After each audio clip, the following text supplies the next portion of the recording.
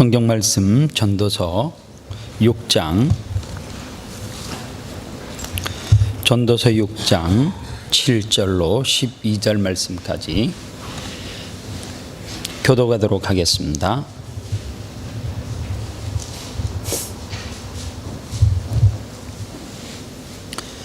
전도서 6장 7절로 12절입니다. 제가 먼저 7절 읽겠습니다. 사람의 수고는 다 자기 입을 이함이나 그 식욕은 채울 수 없느니라.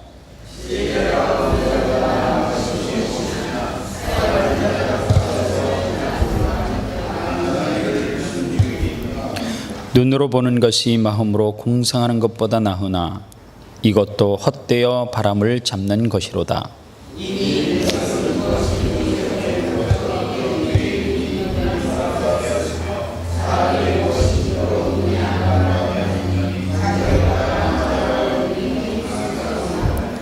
헛된 것을 더하게 하는 많은 일들이 있나니 그것들이 사람에게 무슨 유익이 있으랴. 헛된 생명의 모든 날을 그림자같이 보내는 일평생의 사람에게 무엇이 낙인지를 누가 알며 그 후에 해 아래에서 무슨 일을 있는 것을 누가 능히 그에게 고하리요. 아멘. 거룩은 말로 이루어지지 않는다, 이 제목으로 말씀을 전하겠습니다.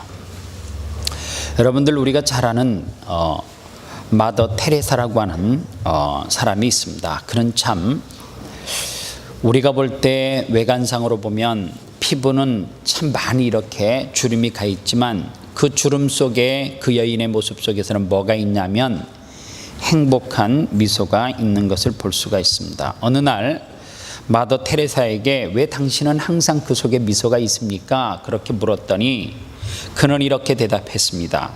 사랑하는 많은 사람들이 제 곁에 있기 때문에 저는 행복합니다. 그렇게 고백했어요.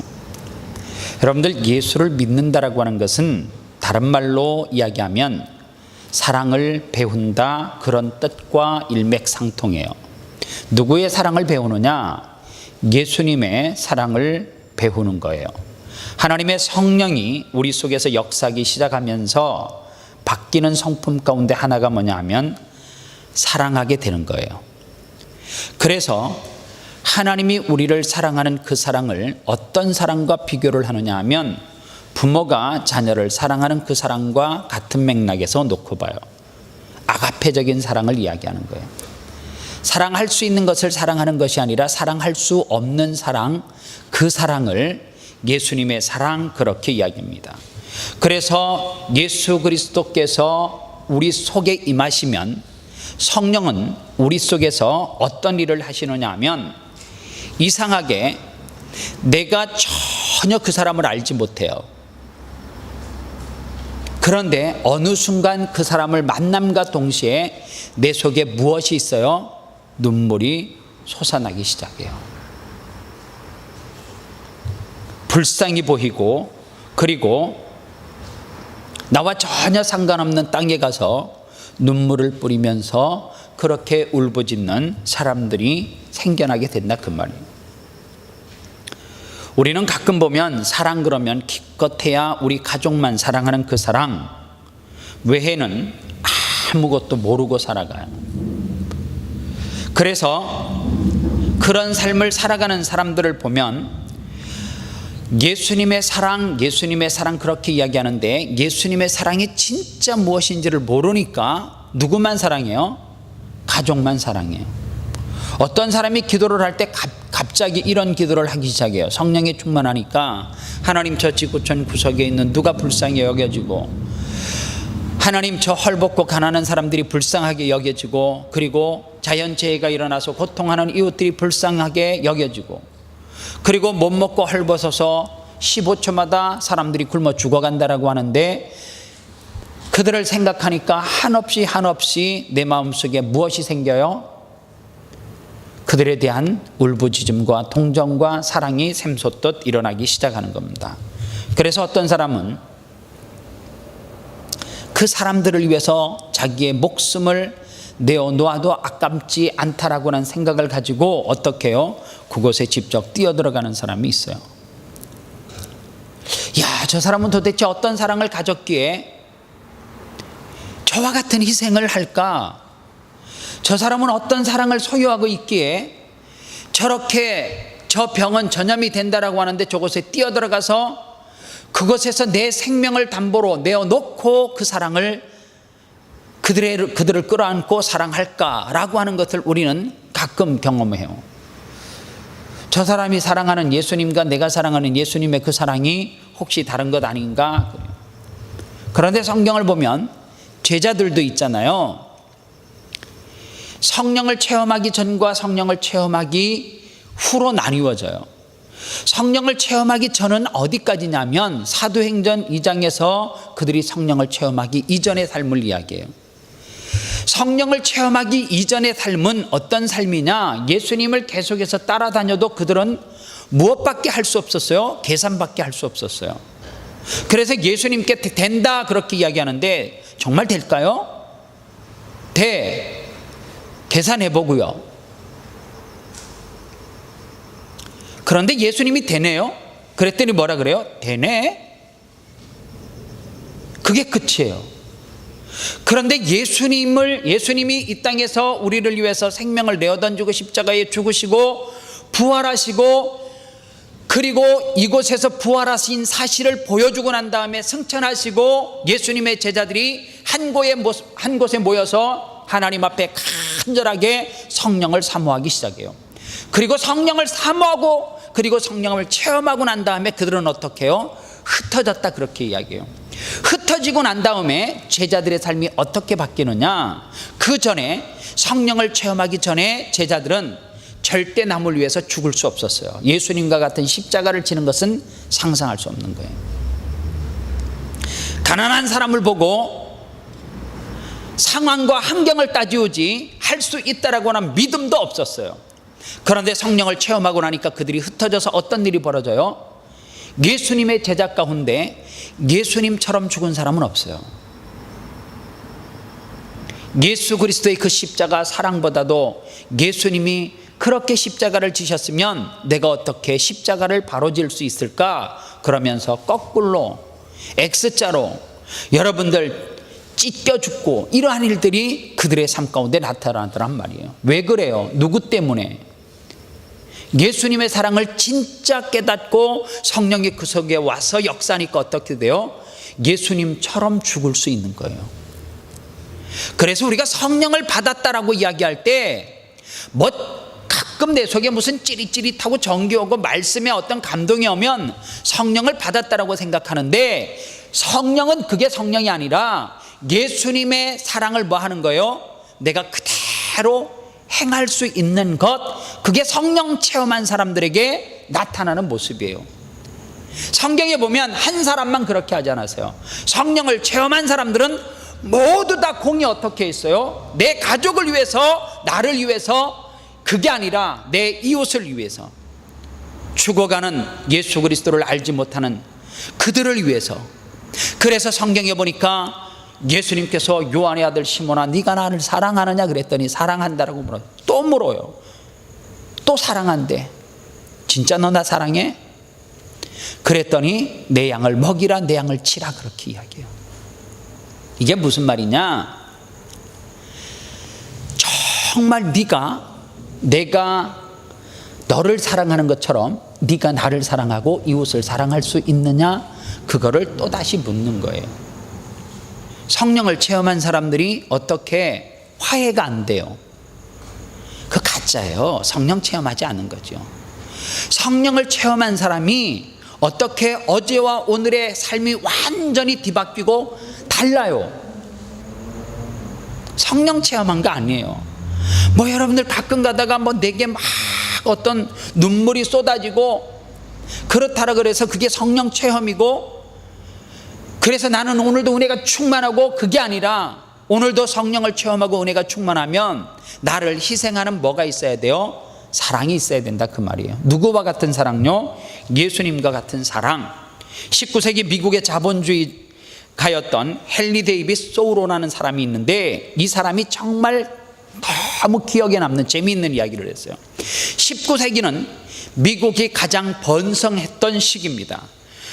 그때 이때에 이 헨리 데이빗 소로우라고 하는 사람은 우리 시대의 문제점은 수단의 개선은 있으나 목적의 개선이 없다는 것이다. 우리 시대의 문제점은 수단의 개선은 있어요. 수단이 뭐예요? 수단을 쉽게 이야기하면 이런 거라고 말할 수가 있어요. 옛날에는 미국을 가려면 어떻게 갔어요? 배 타고 갔죠. 얼마나 가야 돼요? 2달 가야 되죠. 지금 미국 한국에서 어떻게 가요? 비행기 타면 12시간이면 가잖아요. 여러분들 비행기 타고 가는 것도 늦어요. 지금 이 자리에서 한동일 장로님이 사랑하는 동생들이 있는 미국에 워싱턴에 있는 동생들에게 전화하면 바로 곁에서 전화하는 목소리로 들을 수 있어요, 없어요? 있어요. 과거에는 이게 가능했어요? 여러분들 신기한 시대를 사실 살아가고 있어요. 수단의 개선은 지금도 끊임없이 일어나고 있어요.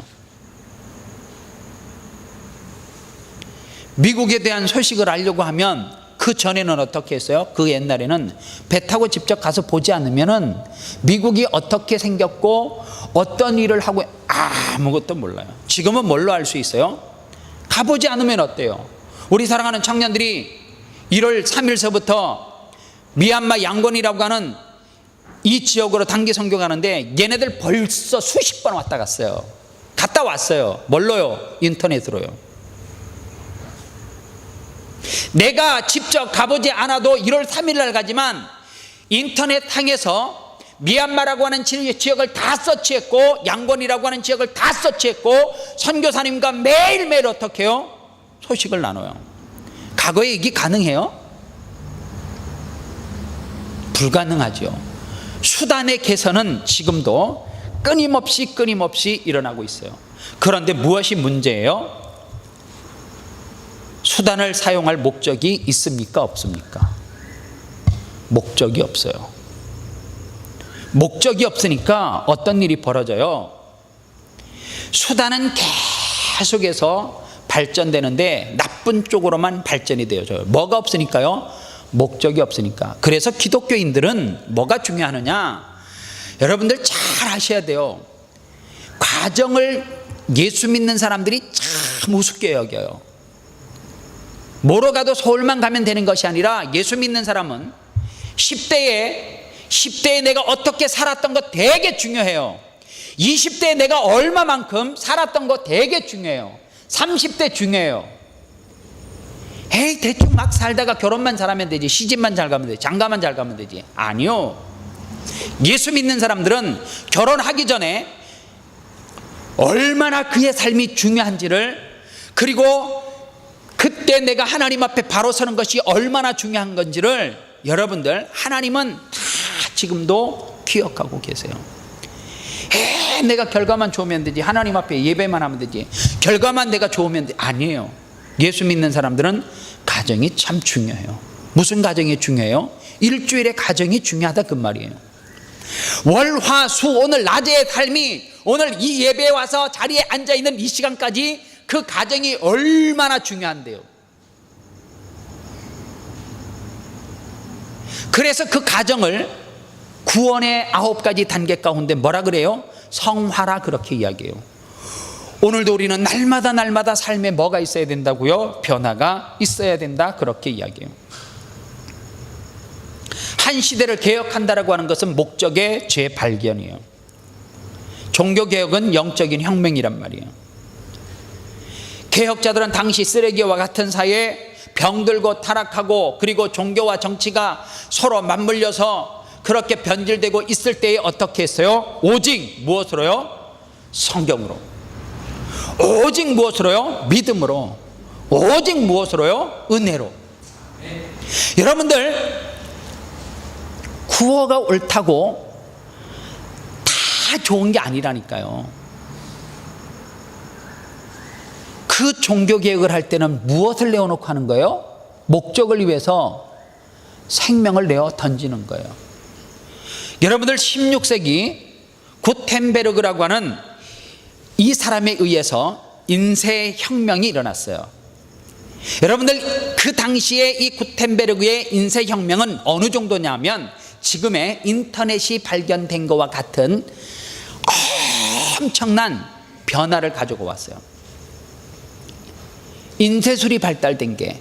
그런데 이 구텐베르그가 인쇄혁명을 일으키면서 그게 수단의 뭐예요? 변화잖아요. 그런데 그 수단의 변화를 가지고 목적을 어떻게 했냐면, 인쇄술을 가지고 구텐베르그는 하나님의 성경 말씀을 인쇄하는 데 썼어요. 여러분들, 수단을 계속해서 수단이 바뀌어져요. 변화돼요. 새롭게 수단이 만들어져요. 그런데 무엇이 도외시되면 안 된다고요? 목적이 도외시되면 안 돼요. 여러분들, 17세기는 어떤 시대예요? 범선. 그래서 이 범선의 발전으로 통하여서 대양을 항해하게 되어졌어요. 그래서 그곳에서는 어떤 사람이 탔느냐 하면, 하나님의 복음을 전하는 사람이 유럽에서 아프리카까지, 동양까지 그렇게 갈 수 있었단 말이에요. 이 범선의 수단의 변화는 또 무엇을 가지고 왔어요? 목적. 예수 그리스도의 복음을 전 세계로 다니면서 전하는 도구로 썼단 말이에요. 그러니까 우리가 살아가는 이 시대 가운데 수단은 끊임없이 우리가 잡을 수 없을 속도로 계속해서 변화가 일어나요. 그런데 그 수단의 편리함과 좋음이 과연 우리가 목적으로 하고 있는 예수 그리스도를 얼마만큼 전하고, 그리고 예수 그리스도의 복음을 전하는데 우리가 그것을 수단을 잘 믹서해서 사용하고 있는지를 우리는 깊이 생각을 해봐야 돼요. 혹시 반대로 가고 있지는 않은지. 왜냐하면 여러분들, 인터넷이라고 하는 것은 참 우리에게 유용해요. 전에는 컴퓨터, 집에 있는 데스크탑인가 거기에서만 인터넷 이렇게 있는데, 어느 날 노트북에 나와요. 태블릿 PC인가 하는 거는 대통령의 연설문을 바꾸라고 들고 다니면서 준 게 아니고, 하나님의 복음을 얼마나 잘 전할까 여기에 써야 되지 그런 데 쓰라고 준 거 아니잖아요. 핸드폰에 하나님께서 인터넷을 볼 수 있는 것은 성경을 그 안에도 넣고 하나님의 말씀을 얼마만큼 내가 바르게 해석하고 이런 데 쓰라고 준 것이지, 이 내 손에 있는, 전 세계가 한 손가락 안에 있는, 손 안에 있는 것으로 가지고 예배 시간에도 이상한 것을 보고 이상한 문자를 날리라고 주는 것은 절대 아니란 말이에요. 수단의 변화가 목적이 따라오지 못하면 그 수단의 변화는 누구로 통하여서요? 사단으로 통하여서 악한 곳에 우리의 영까지 빼앗아 갈 수 있다라고 하는 사실입니다. 노블레스 오블리제라고 하는 말을 들어보셨죠? 쉽게 풀이하면 이거예요. 엘리트에게 따르는 의무가 있다는 거예요. 우리의 문제는 엘리트에게 뭐가 없다는 거예요? 채무의식이 없다라고 하는 사실이에요. 여러분들, 하나님이 괜히 우리를 이 살기 좋은 나라에 살 수 있도록 허락한 것 절대 아니에요. 잘난 척하라고 한 것도 아니고요. 내가 이렇게 똑똑하고 잘 선택했다, 나 지혜로운 사람이지 이러라고 이곳에 살게 한 것도 아니고, 돈을 주신 목적이 나 돈 있다라고 자랑하라고 준 것 아니에요. 반드시 거기에는 뭐가 필요해요? 채무의 의무가 따른다는 거예요. 여러분들, 옳은 생각을 하는 사람이 다 옳은 사람이에요? 옳은 생각을 하는 사람이 다 옳은 사람이냔 말이에요. 도둑놈도 옳은 생각할 수 있어요. 옳은 것을 좋아한다고 다 옳은 사람이에요? 내가 옳은 것을 생각하고 옳은 것을 좋아하고 옳은 것을 지지함으로 나는 옳은 사람이다, 반듯한 사람이다, 그렇게 말할 수 있어요? 아니에요. 성경에 보세요. 바리새인들이 옳은 생각을 하고 옳은 것들을 좋아하고 옳은 말만 하지 않습니까? 그런데 그들은 그럼에도 불구하고 역시 바리새인이에요. 왠 줄 아세요? 바리새인들에게는 무엇이 따라오지 않았어요? 옳은 생각, 그리고 옳은 것을 좋아하고, 그리고 잘못된 것을 다 지적하고 옳은 길로 갔어요. 반듯한 길로 갔는데 왜 그들은 끝까지 바리새인일 수밖에 없느냐 하면, 그들에게는 뭐가 없기 때문에 그래요? 행동이 없기 때문에 그래요. 기독교는 있잖아요, 행동하는 종교라니까요. 입으로 입으로 예수 믿는 종교 절대 아니에요. 서두에서 이야기했잖아요. 예수를 믿는다라고 하는 것은 다른 말로 표현하면 예수님의 사랑을 배우는 배워나가는 거란 말이에요. 예수님의 사랑을 배우는 거는 입으로 옳은 생각으로 좋은 것을 가지고 있다고 갈 수 없어요. 예수님의 말하는 그 사랑을 배운다라고 하는 것이 신앙생활이라고 하면 그 사랑은 어떻게 해야 되느냐? 행동하는 사랑이란 말이에요. 가만히 있는 사랑. 나 도둑질 안 했어, 나 죄 안 지었어, 이게 예수님의 사랑이 아니고, 예수님의 제자는 어떻게 하는 거예요? 십자가 지는 거예요. 저렇게. 누구처럼요? 안드레처럼. 누구처럼요? 베드로처럼.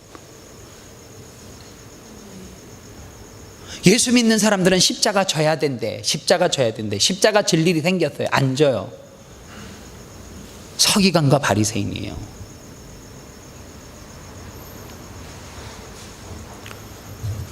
옳은 사람은 옳은 것을 위해서 무엇이 필요해요? 대가 지불을 치르는 것이 반드시 필요하다, 그 말이에요. 말씀을 다 듣고 난 다음에 지당할 말씀이군요, 옳은 말씀이군요, 고개를 끄덕끄덕 하는 거 아무런 소용이 없어요. 기독교는 행동하는 종교라니까요. 그래서 성경은 말하잖아요. 배고픈 사람이 있으면 내가 너에게 무엇을 줄까 묻지 말고 걔에게 지금 필요한 것이 뭐예요? 빵이에요. 그렇지 않아요? 너 몇 끼 굶었어? 제가 유잉턴에 살 때요, 비가 보슬보슬 내려요. 빨랫대에 한 마리 새가 앉아 있는데 내가 그냥 딱 봐도 그냥 내버려두면 죽을 것 같아요. 아무 생각 없이 집사람에게 이렇게 말했어요. 식빵 좀 줘봐요, 그랬어요. 그래서 식빵을 찢어가지고 새에게 주니까 새가, 내가 키우는 새가 아닌데요, 그거를 받아서 덥석 먹어요. 그래서 덥석 물으니까 어떻게 해요? 목이 마르니까 우리로 말하면 쿡쿡해요. 그래서 제가 집사람에게 식빵에다가 물을 푹 적셔서 줘요. 그래서 손에 들고 조금씩 찢어주니까 식빵 한 장을 다 먹어요. 그래서 제가 사진을 막 찍어놨어요. 이상한 나라다, 이 나라 참. 제 새가 이상하다. 나중에 주변에 얼마나 새들이 짹짹짹짹거리면서 개를 공격하는지 깜짝 놀래가지고 저를 막 공격하려고 하는 거예요. 놀래가지고. 여러분들, 내 옆에 배고픈 사람이 있으면 어떻게 해야 되느냐? 먹을 것을 주는 거, 그게 사랑이에요. 예수님과 바리새인의 차이가 뭐예요? 바리새인들과 서기관이 예수님이 주일날 안식일을 범했다 그러면서 밀밥 사이로 지나갈 때 제자들과 함께 밀을 이렇게 훑어가지고 먹으니까 무슨 죄 다 적용을 시키잖아요. 거룩한 안식일날 병든 자가 있어서 예수님이 고쳤어요. 그랬더니 너는 안식일의 주인이 안식일을 범한다 그러잖아요. 여러분들, 어느 성도님이 고민을 해요. 여전도회가. 왜 고민을 하냐면, 목사님 주일날 바자하는 것이 맞습니까, 안 맞습니까? 여전도회가 관광을 하러 가기 위해서 바자하는 것은 옳지 않습니다. 그러나 여전도회가 구제를 목적으로 한다면 하는 것이 맞다라고 생각합니다. 목사님은 주관이 없으시네요, 그러더라고요.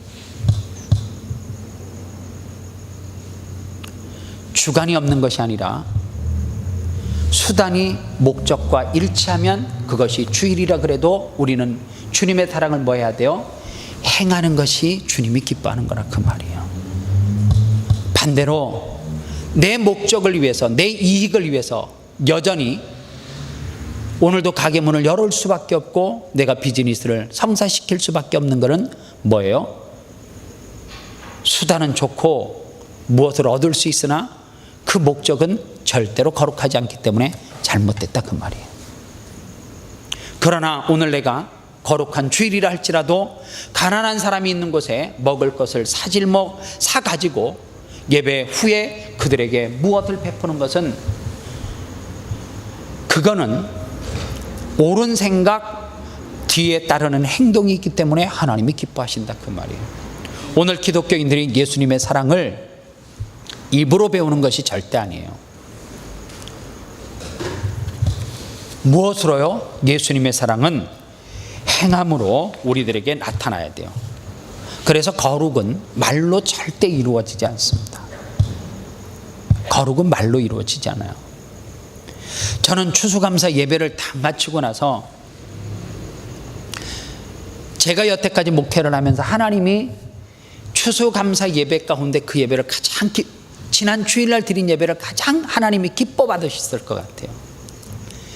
매일 추수감사만 되면 매일 목사들이 메리 플라워를 타고 봤어요 그거? 메리 플라워 봤어요? 파손된 거라도 봤어요? 그게 우리하고 무슨 상관이에요? 솔직히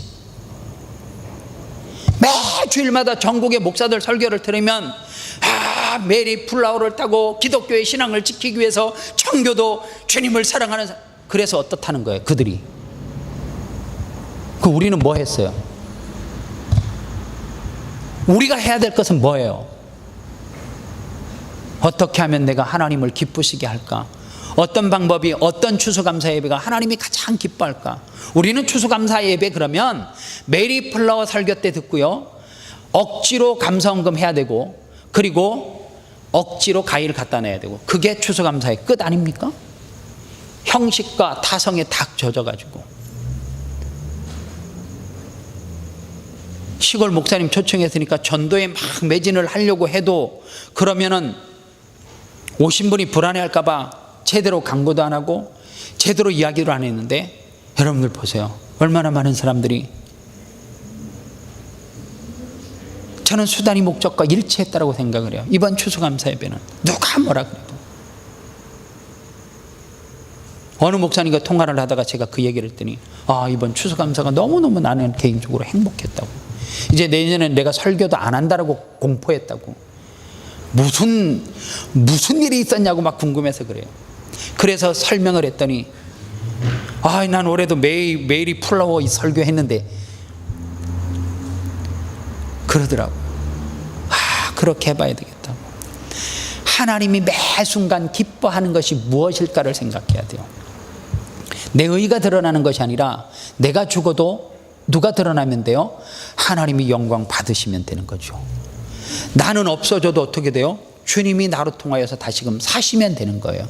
그게 우리가 이 땅에서 살아가는 이유요, 목적이에요. 그래서 거기에는 무엇이 있다고요? 반드시 거룩은 말로 이루어지는 것이 아닙니다. 저 사람 도와줘야 되겠는데, 저 사람 불쌍한데, 저거 어떻게 했죠? 그게 아니라요. 나라가 정말 걱정스러우세요? 뉴스 이제 그만 보시고요. 기도하는 거예요. 뉴스 매일 봐도 이제 모르잖아요. 헷갈리잖아요. 이제 막. 나와도 뭐가 툭 튀어나와도 별로 이제 느낌 없잖아요. 이번에 또 몇백만이 나왔대. 그게 뭐 중요해요? 우리가 해야 될 것은 뭐예요? 조국 대한민국을 정말 사랑하면 이제는 하나님 앞에 가슴을 찢으면서 엎드려 기도하는 것밖에는 없어요. 이 시간 같이 기도하겠습니다. 하나님 앞에 기도할 때에 거룩은 말로 이루어지는 것이 아닙니다.